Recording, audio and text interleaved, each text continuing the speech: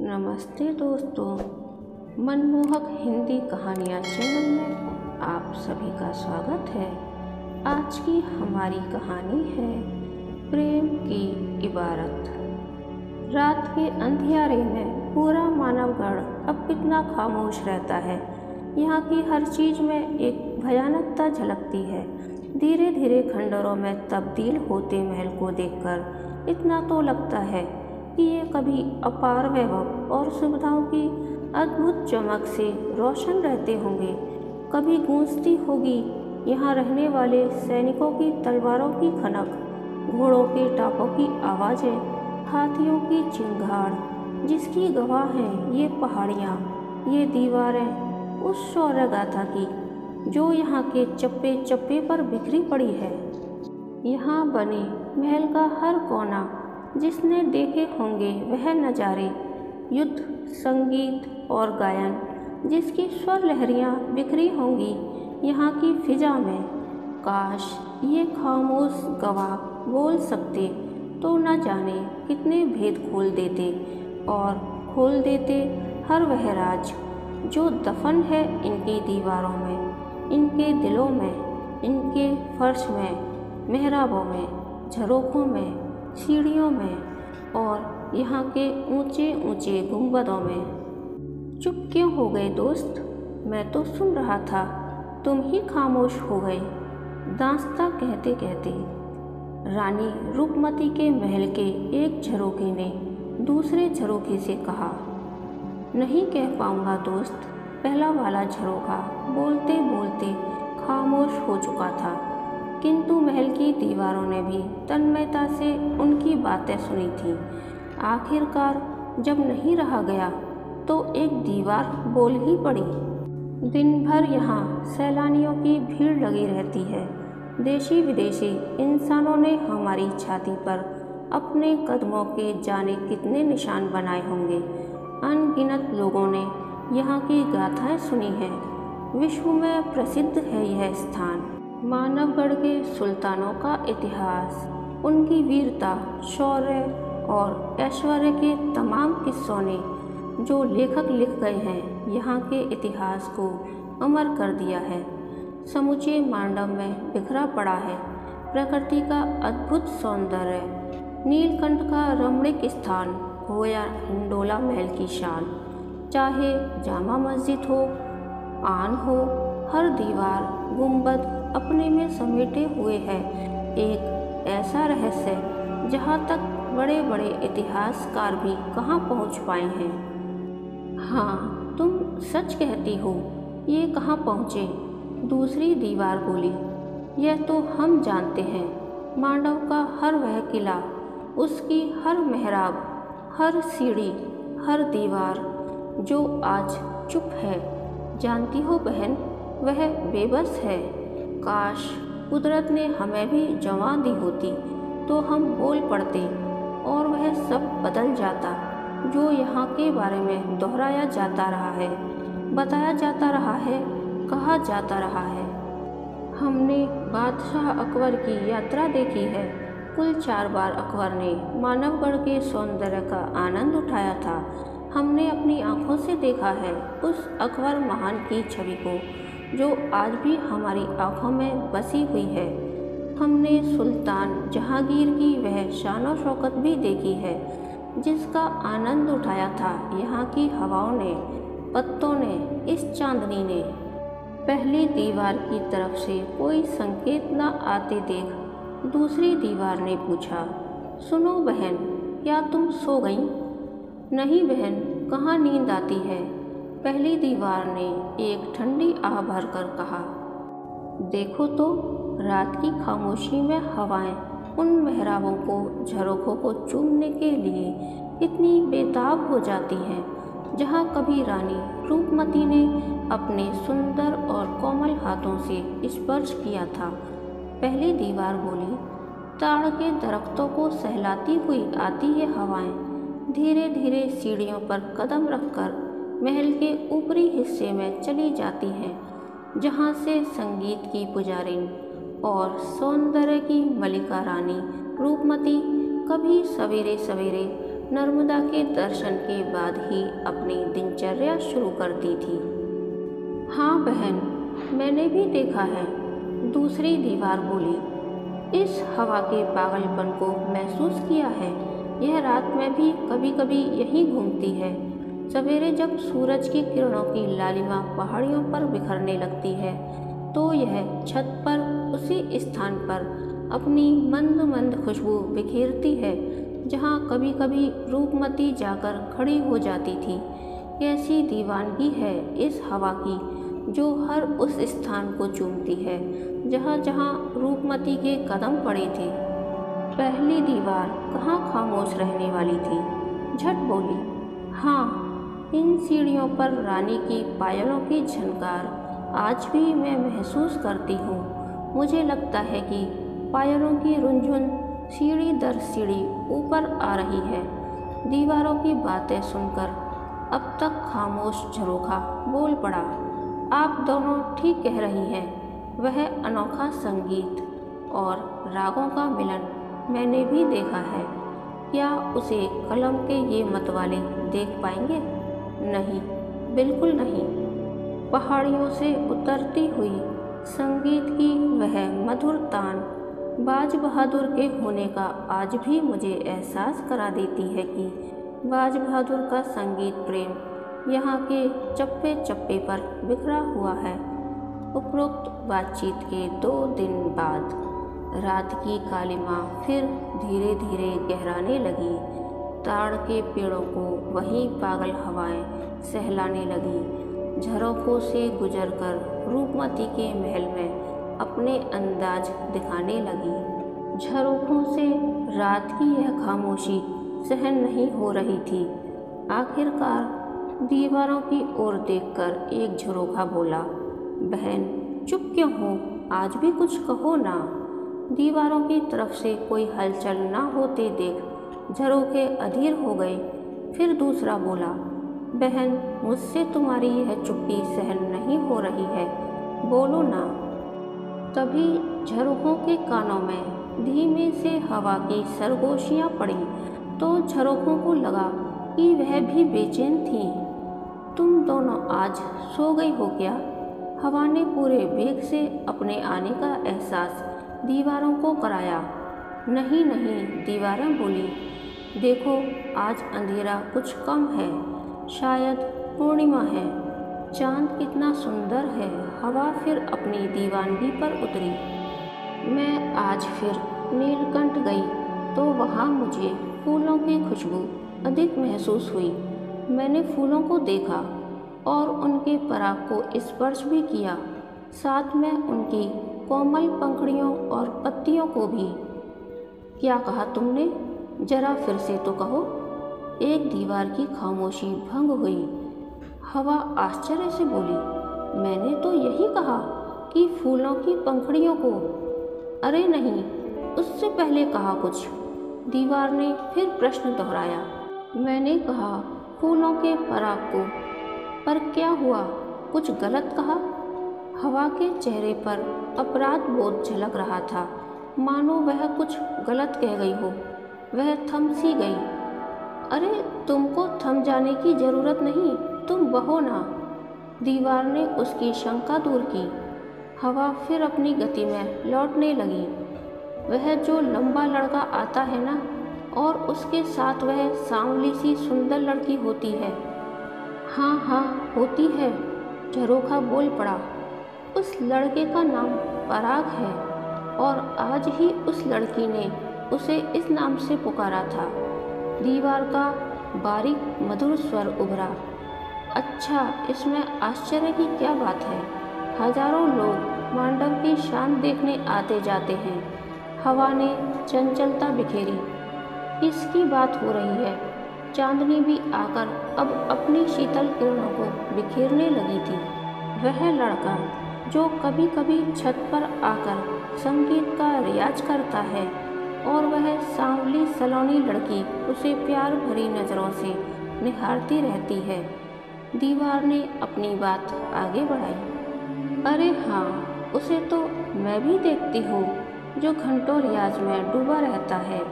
हवा ने मधुर शब्दों में कहा। और लड़की बावली सी उसे देखती है। लड़का बेसुध हो जाता है रियाज करते करते, फिर भी उसकी लंबी लंबी उंगलियां थकती नहीं। सितार की मधुर ध्वनि पहाड़ियों में गूंजती रहती है। उस लड़की का क्या नाम है? झरोखा, जो खामोश था, बोला। नहीं पता। देखना कहीं मेरे दामन पर उस लड़की का तो नाम नहीं, दीवार ने झरोखे से कहा। नहीं, तुम्हारे दामन में पराग नाम कहीं भी उकेरा हुआ नहीं है, एक झरोखा अपनी नज़रों को दीवार पर डालते हुए बोला। हाँ, यहाँ आने वाले प्रेमी जोड़ों की यह सबसे गंदी आदत है कि मेरे ऊपर खुरच खुरच कर अपना नाम लिख जाते हैं, जिनकी खुद की कोई पहचान नहीं। भला यूं ही दीवारों पर नाम लिख देने से कोई अमर हुआ है क्या? दीवार का स्वर दर्द भरा था। कहती तो तुम सच हो, शीतल चांदनी बोली। मंडप की लगभग हर किले की दीवारों का यही हाल है। हाँ बहन, तुम सच कहती हो, नर्मदा की पवित्रता बोली, जो अब तक खामोशी से उनकी यह बातचीत सुन रही थी। तुम? झरोखा, दीवार, हवा और शीतल चांदनी के अधरों से एक साथ निकला। हर जगह नाम लिखे हैं, सविता राजेश, नैना सुनीला, रमेश नीता को नहीं भूलेगा। रीतू दीपक की है, हम दोनों साथ मरेंगे, हमारा प्रेम अमर है, हम दोनों एक दूसरे के लिए बने हैं। यही सब लिखते हैं ये प्रेमी जोड़े, नर्मदा की पवित्रता ने कहा। बड़े कठोर प्रेमी हैं ये लोग, जिस बेदर्दी से दीवारों पर लिखते हैं, इससे क्या इनका प्रेम अमर हो गया? दीवार के स्वर में अब गुस्सा था। ये क्या जाने प्रेम के बारे में, झरोखे ने कहा। प्रेम था रानी रूपमती का गायन व संगीत मिलन, सब कुछ अलौकिक। नर्मदा की पवित्रता की मुस्कान उभरी। मेरे दर्शनों के बाद रूपमती अपना काम शुरू करती थी, संगीत की पूजा करती थी। बिल्कुल। या फिर प्रेम का बावलापन देखा है तो मैंने उस लड़की की काली आंखों में, उसके मुस्कुराते हुए होठों में। हवा बोली। मैंने कई बार उसके चंदन से शीतल सांवले शरीर का स्पर्श किया है। मेरे स्पर्श से वह उसी तरह सिहर उठती है जिस तरह पराग के छूने से। चांदनी की किरण में हलचल होती देखकर हवा ने पूछा, कुछ कहोगी? नहीं, मैं सिर्फ महसूस कर रही हूँ उस लड़की व पराग के प्रेम को, किरणों ने कहा। मैंने छेड़ा है पराग के कत्थई रेशमी बालों को, हवा ने कहा। उसके कत्थई बालों में मैंने मदहोशी करने वाली खुशबू भी महसूस की है। कितनी खुशनसीब है वह लड़की जिसे पराग स्पर्श करता है, उससे बातें करता है। धीमे धीमे कही गई उसकी बातों को मैंने सुना है, देखती रहती हूँ। घंटों तक उनका मिलन। कभी छेड़ने का मन हुआ तो अपनी गति को बढ़ाकर उन दोनों को परेशान कर देती हूँ। सितार के उसके रियाज को मैं भी सुनता रहता हूँ। कभी घंटों तक वह खोया रहेगा रियाज में, तो कभी डूबने लगेगा उस लड़की की काली आँखों के जाल में। झरोखा चुप कब रहने वाला था, बोल पड़ा। ताड़ के पेड़ों की हिलती परछाइयों से इनकी बातचीत को विराम मिला। एक पल के लिए वे खामोश हुए, फिर शुरू हो गए। लेकिन अब सोया हुआ जीवन धीरे से जागने लगा था। पक्षियों ने अंगड़ाई लेने की तैयारी शुरू कर दी थी। दीवार, झरोखा पर्यटकों के कदमों की आहटों को सुनकर खामोश हो चले थे। दिन का उजाला अब रात के सोनेपन की ओर बढ़ रहा था। दीवार, झरोखा, हवा, किरण आदि वह सब सुनने को उत्सुक थे जो नर्मदा की पवित्रता उनसे कहने वाली थी, पर उस रात कह नहीं पाई थी। वे इंतजार कर रहे थे कि कहीं से एक अलग तरह की खुशबू उन्हें आती लगी। सभी समझ गए कि नर्मदा की पवित्रता आ गई है।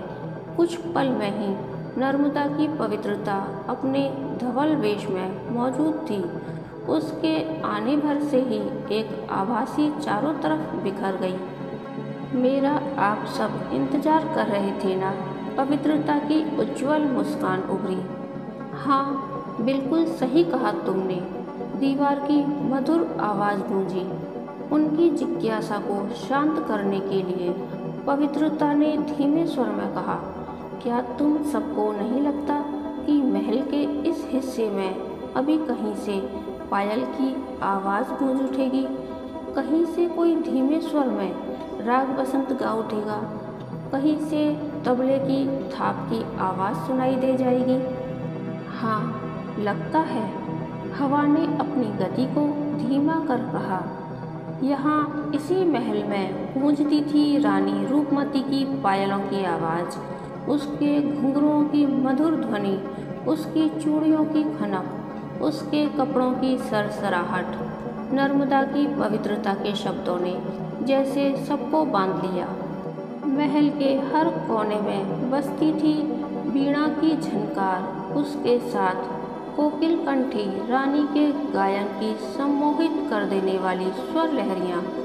जब कभी बाज बहादुर और रानी रूपमती के गायन और संगीत का समय होता था तो वह पल वाकई अद्भुत होते थे।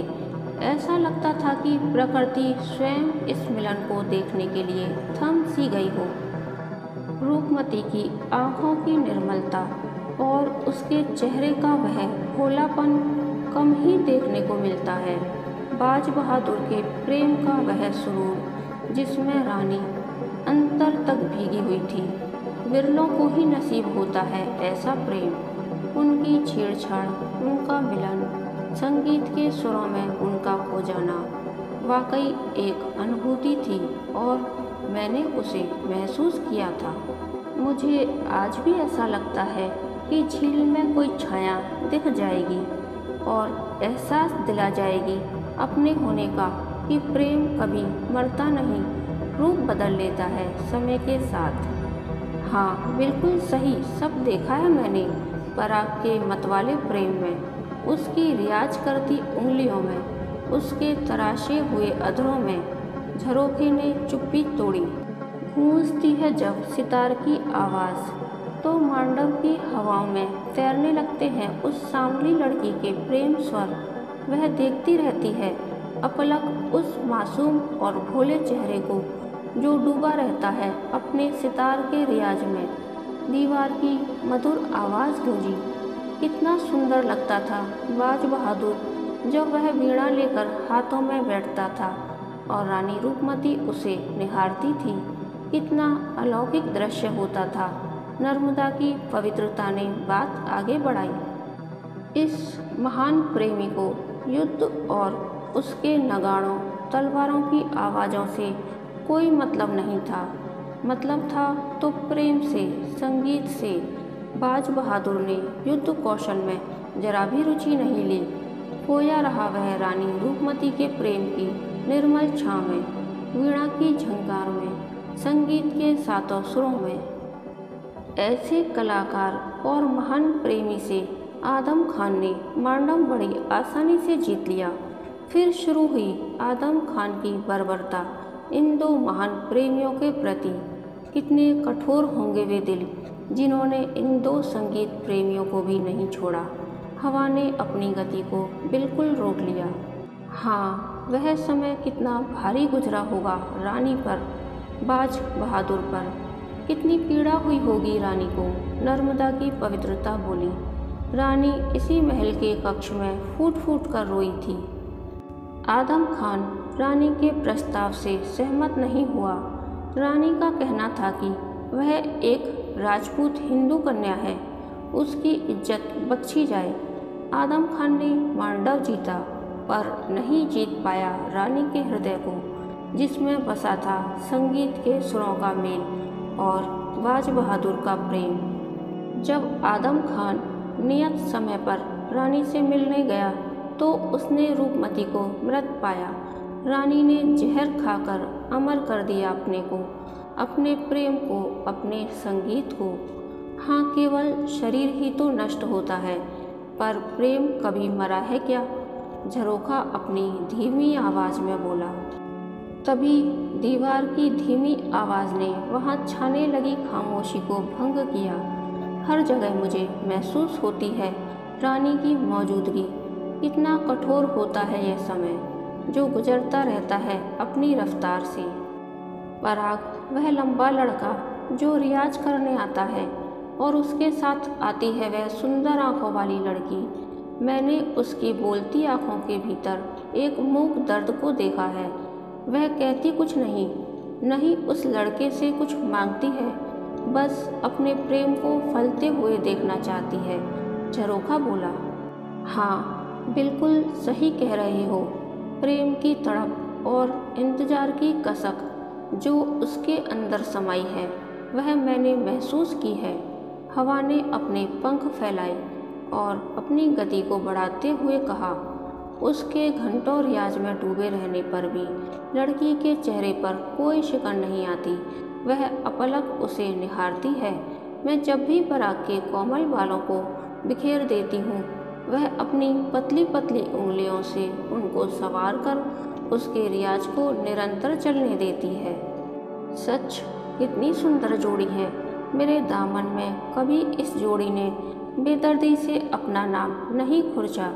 अपनी उदासियों को लेकर जब कभी वह पराग के विशाल सीने में खो जाती है, तो दिलासा देता है पराग उस बच्ची सी मासूम सांवली लड़की को कि ऐसे उदास नहीं होते प्रीत। दीवार ने कहा। यूं ही प्रेम अमर होता है, एक अनोखे और अनजाने आकर्षण से बंधा हुआ अलौकिक प्रेम खामोशी से सफ़र तय करता है। झरोखा बोला। हवा ने अपनी गति अधिक तेज की।